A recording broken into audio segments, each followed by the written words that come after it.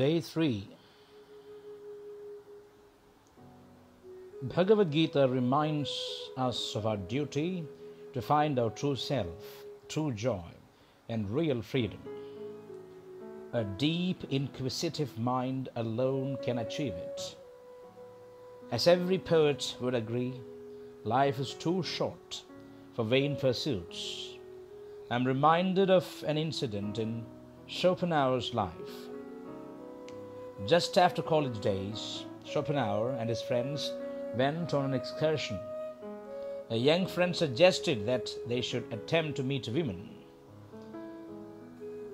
But the inquisitive, deep and rational mind of Schopenhauer rejected the idea.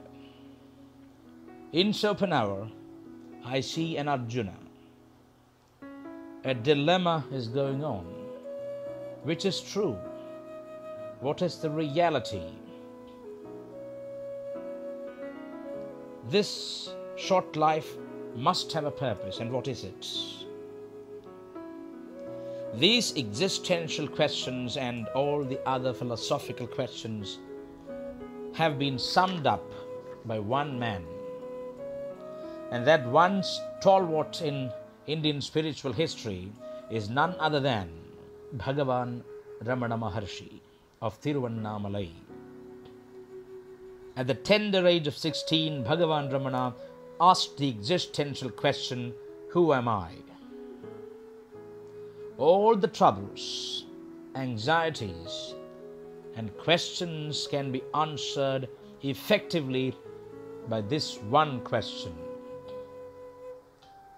Bhagavad Gita spreads before us several ways to be established as the self.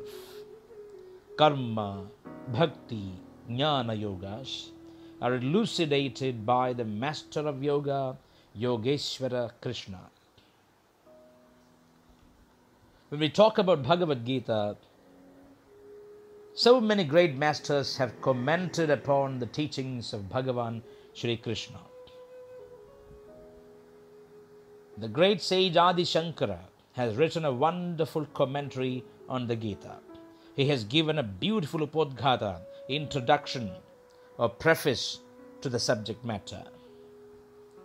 The word Upodghata means Chintam Prakriti Siddhyartham Upodghatam Prachakshate. That which leads our attention, that which leads our thoughts to the subject matter, the main subject of discussion, is called Upodghatam. So many great masters, but one Adi Shankara and his commentary stands out. What is a commentary? A commentary is called Bhashyam in Sanskrit. What is a Bhashyam? Sutrartho varnyate yatra padam sutranusaribhihi swapadani ca varnyante bhashyam bhashyavido viduhu. That text explaining the teachings or key words with suitable words and establishing one's own viewpoint is called Bhashyam, says those well versed in Bhashyam. Bhashyam bhashyavido viduhu.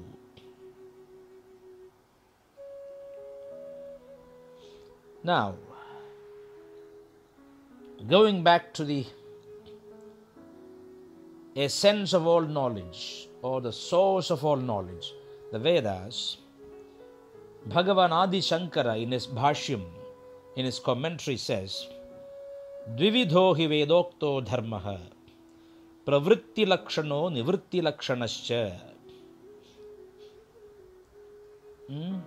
Here we must understand, having created the universe, the Lord Almighty brought forth two different paths for the final emancipation and material prosperity of human beings. For material prosperity and progeny, the progenitor's path, Prajapati, Marichi, etc. The progenitor's path, Prajapati's marga, is called the action path, the path of action. And there is another path of renunciation, cessation of work, or the Vichara Marga, which is headed by the four non-procreating sages.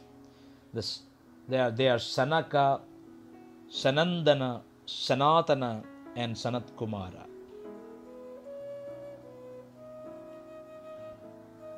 The path of action, embracing action, directly promotes material prosperity and well-being. And the second path promotes emancipation of living beings.